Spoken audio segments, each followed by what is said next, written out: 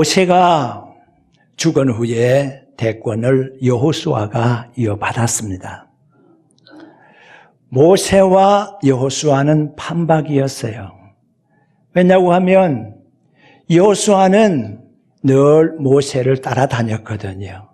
모세가 산에 올라가면 산으로 올라가고, 모세가 자면 잠도 같이 자고, 모세보다 일찍 자지는 않았죠. 같이 잤고, 그리고 모세보다 더 일찍 일어나야만 했었고, 모세가 어디로 가든지 동행을 했었어요. 모세의 말하는 것을 많이 들어서요. 그래서 어쩌면 모세의 말투와도 여호수아는 닮았으리라고 생각합니다.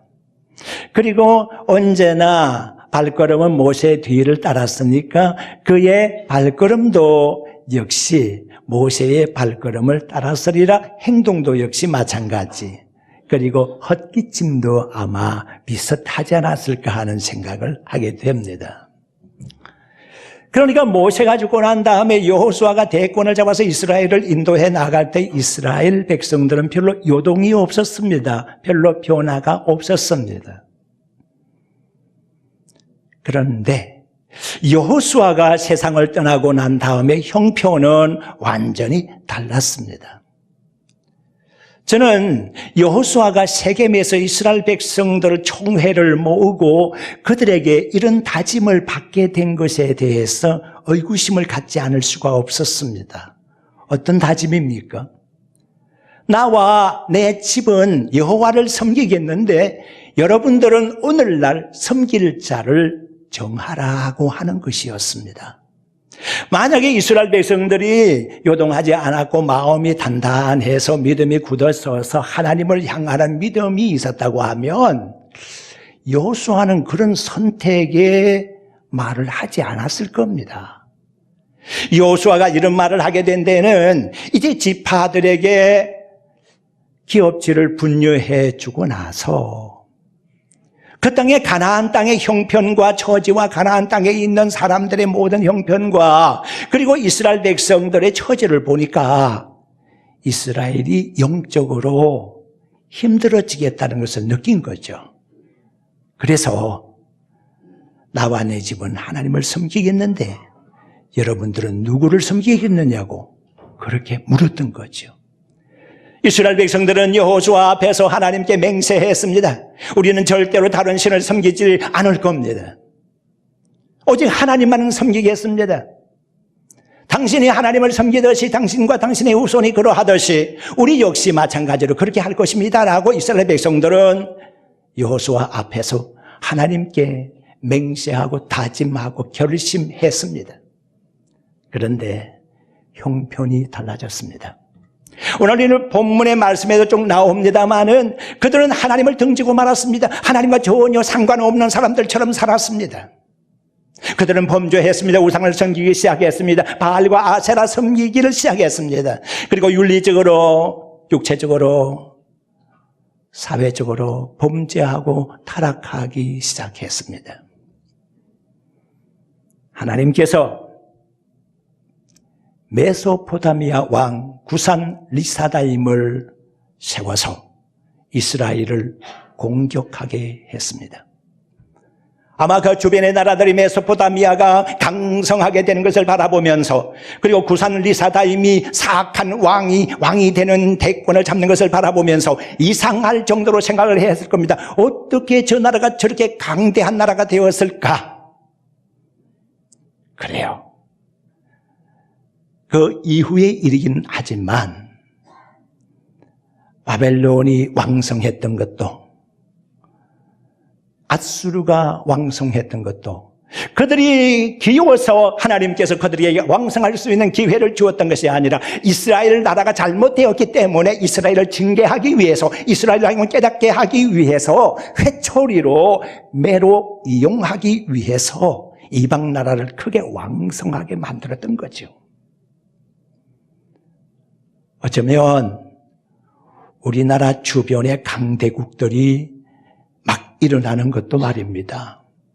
중국이 저렇게 힘을 얻고 일본도 저렇게 큰 소리를 치고 러시아도 조용하더니 또 큰 소리를 치고 그렇게 일어나는 것도 어떻게 보면 우리로 하여금 기도하게 하는 것이 아닌가 하는 생각을 가지게 돼요.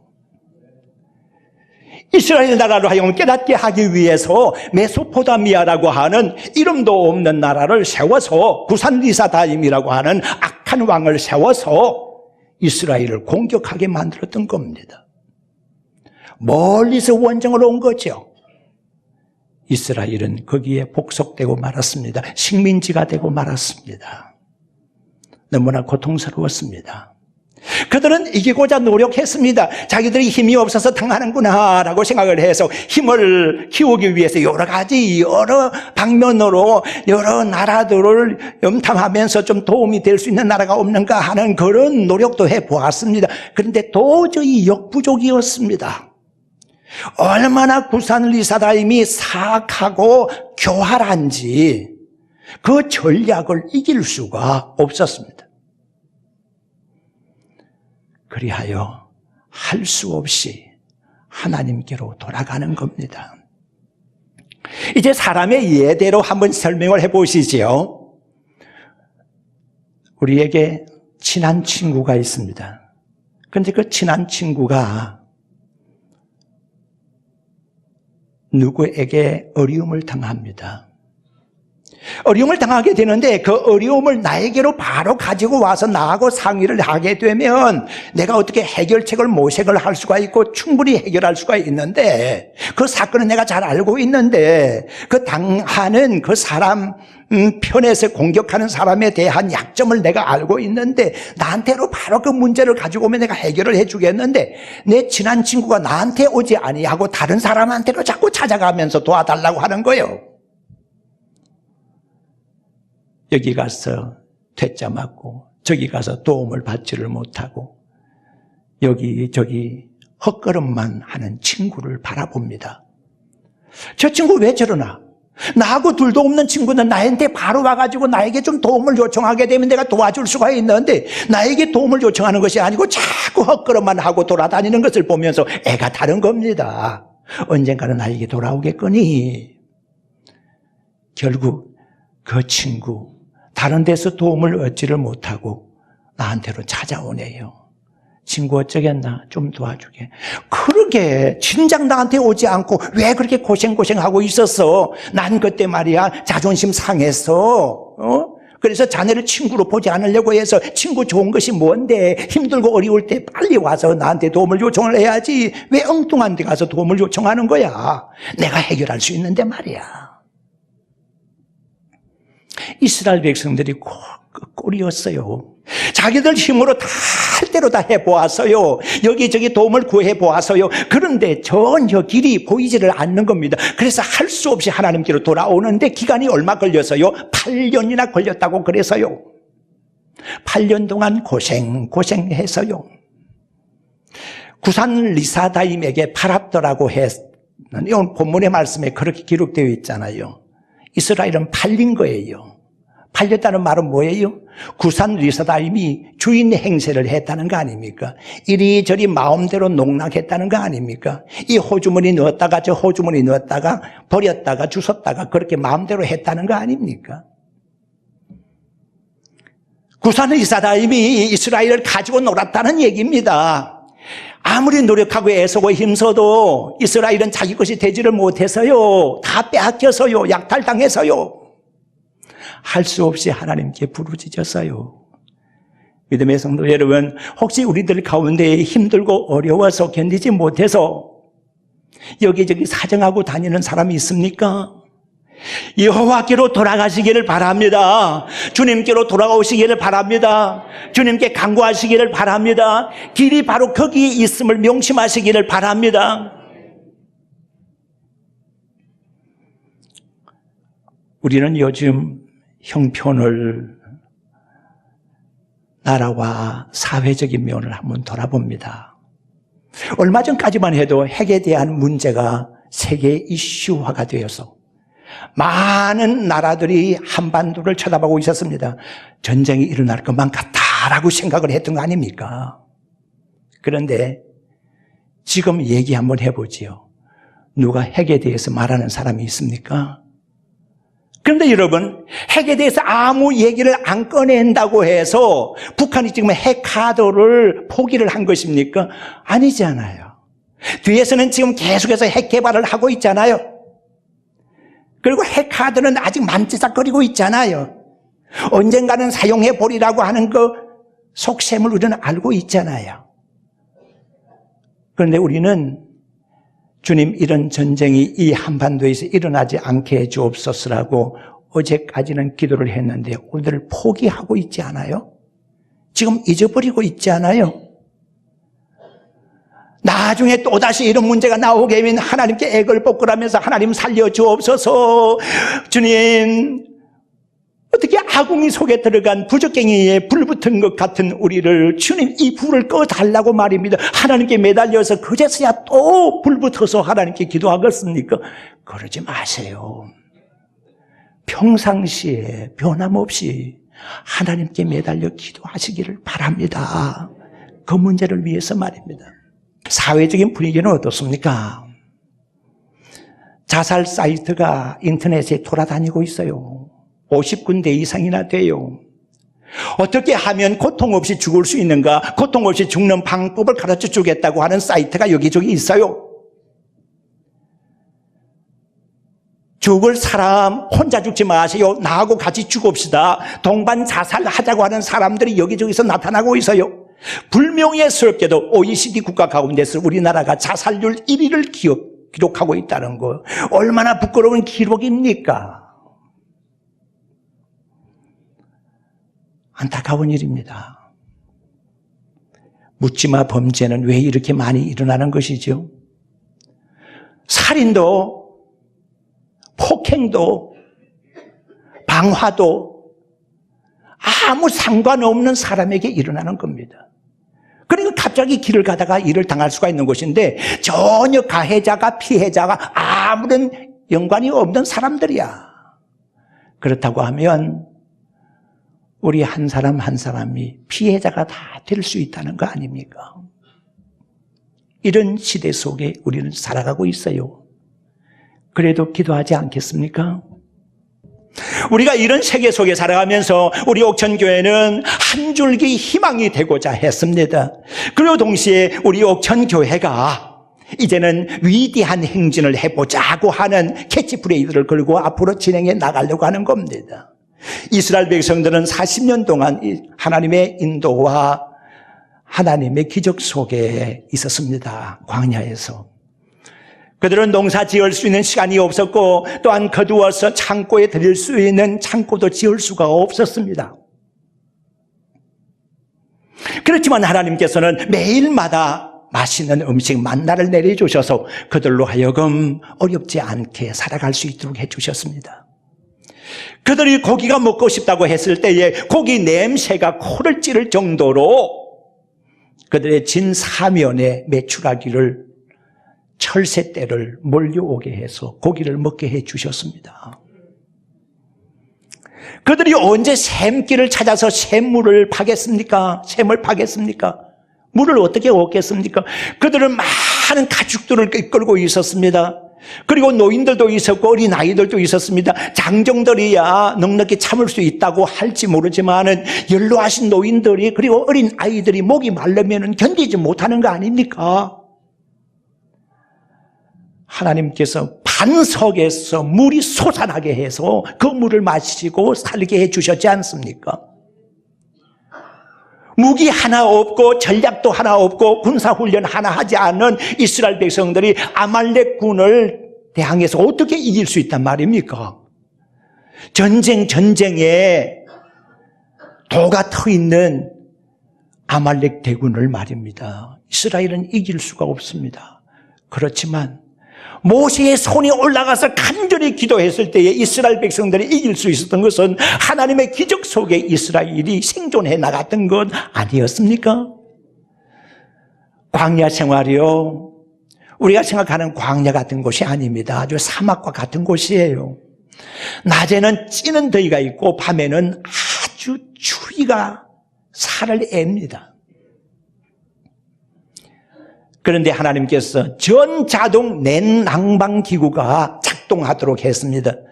낮에는 구름 기둥으로 서늘하게 했고 밤에는 불 기둥으로 따뜻하게 이스라엘을 보호를 했습니다. 그만한 보호가 어디 있습니까? 그리고 이것이 내비게이션이 돼가지고 그들을 인도해 갔으니까 길을 잃을까 염려할 필요도 없었던 겁니다. 이스라엘이 이렇게 보호를 받았지 않았습니까? 이스라엘의 주업은 목축이었습니다.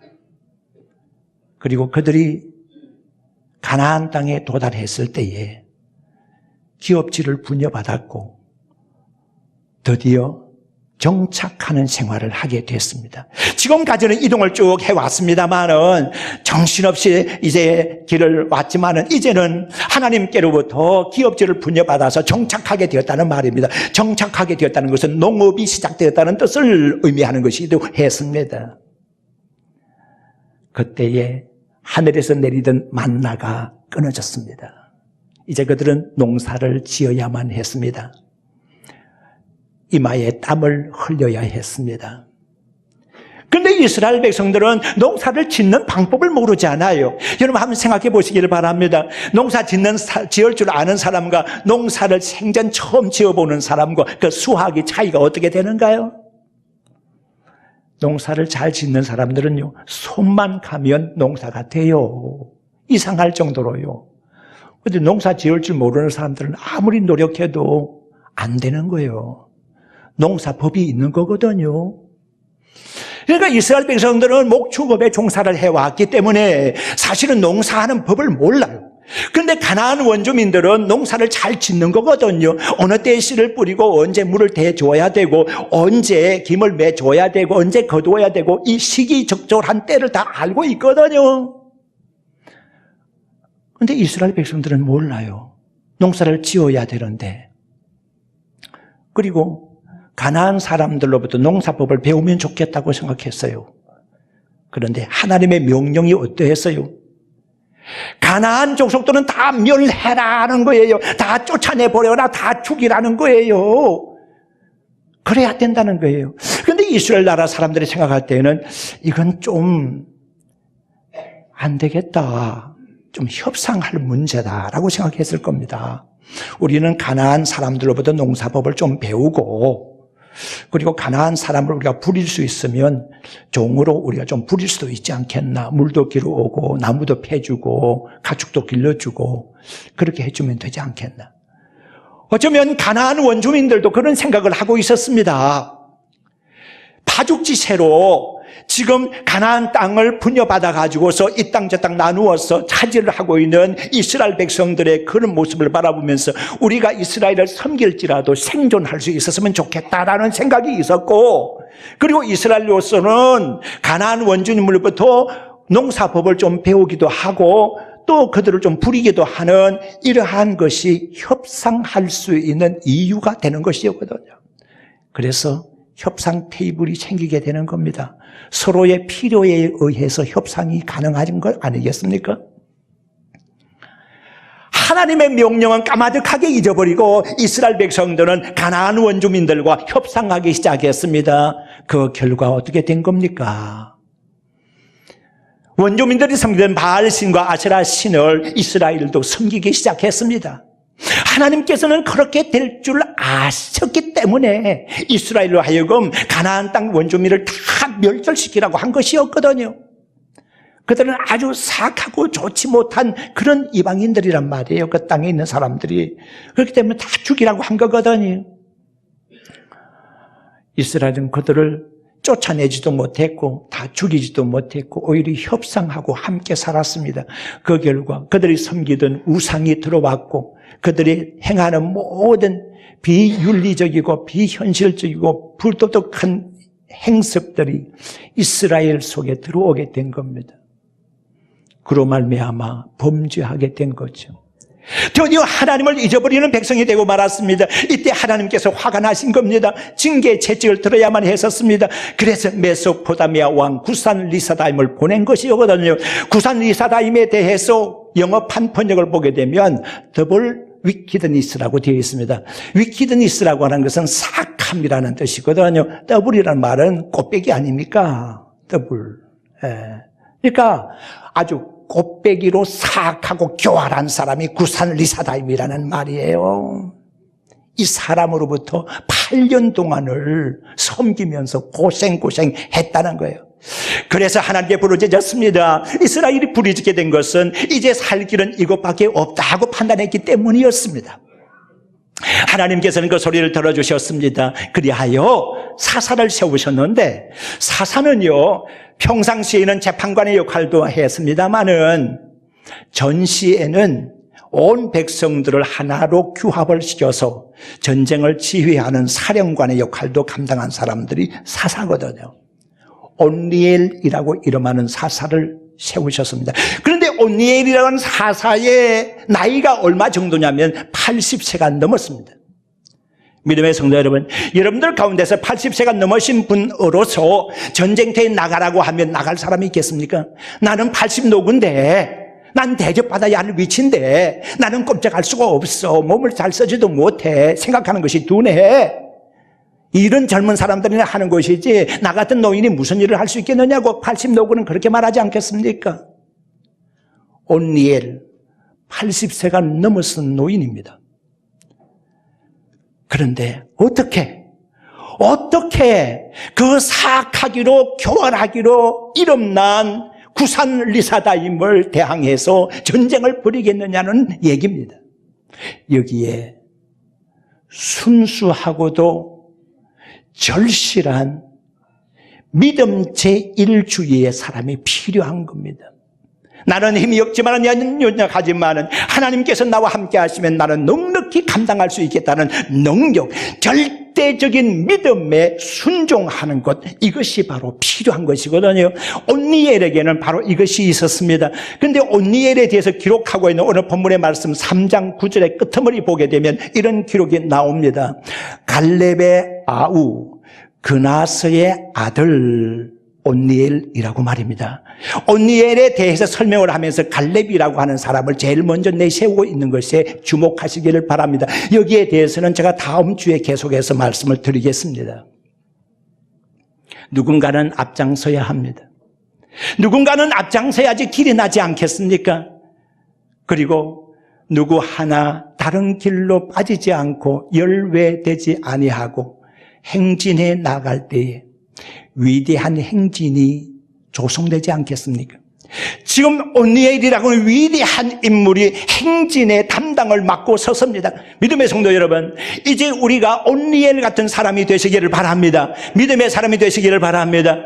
하나님께서 나와 함께 하시고 나를 도와주시면 넉넉히 아무리 악한 구산 리사다임이라 할지라도 나의 밥이다, 하나님이 함께 하시면 넉넉히 이길 수 있다라고 하는 생각 말입니다. 이게 필요합니다. 누군가는 앞장서야 되지 않겠습니까? 세계 랭킹 58위 22살의 보잘것없는 청년, 태어날 때부터 눈이 약해서, 그리고 난시에다가 약시에라 아버지가 염려해서 파란 색깔을 많이 봐야 되겠다고 생각하여 그 운동을 시켰어요. 테니스계, 이번에 호주 오픈 테니스 경기대회에서 4강에 오른 정현 선수에 대한 얘기입니다. 그는 4강에 오르고 난 다음에 무엇을 원하느냐고는 질문에 대해서 이렇게 답했습니다. 나는 팔로우 10만을 원합니다라고 했습니다. 팔로우 10만, 무엇을 말하는 것입니까? SNS에서 나와 함께 주고받을 수 있는 대화의 상대방이 10만이 생겼으면 좋겠다. 지금까지 우리나라의 비인기 종목으로서 테니스가 비인기 종목이 아니냐. 그렇지만 10만의 팔로우를 원한다는 말은 전 국민적인 관심이 생겼으면 좋겠다고 하는 그의 희망이었거든요. 정현 선수가 앞장서 나감으로써 테니스 붐이 일어났잖아요. 지금 도시에는 테니스 붐이 크게 일어나고 있습니다. 누군가 앞장서게 되면 길이 열려지게 되는 것이거든요. 믿음의 성도 여러분, 앞장서시기를 바랍니다. 그대로 주저앉아 있지 마시고 앞장서시기를 바랍니다. 나의 형편이 좋지 못하고 힘들고 어렵기는 하지만은 주님께서 여러분들을 온니엘처럼 사명을 주셔서 이렇게 세우고 계십니다. 그러므로 주저앉아 있지를 말고, 나는 못한다고 하지 말고, 나는 이런 형편이기 때문에 못하고 저런 형편 때문에 못한다고 말하지 말고, 구실 핑계 대지 말고 일어나서 주의 일을 감당할 수 있는 위대한 행진에 앞장서시기를 주의 이름으로 축원합니다.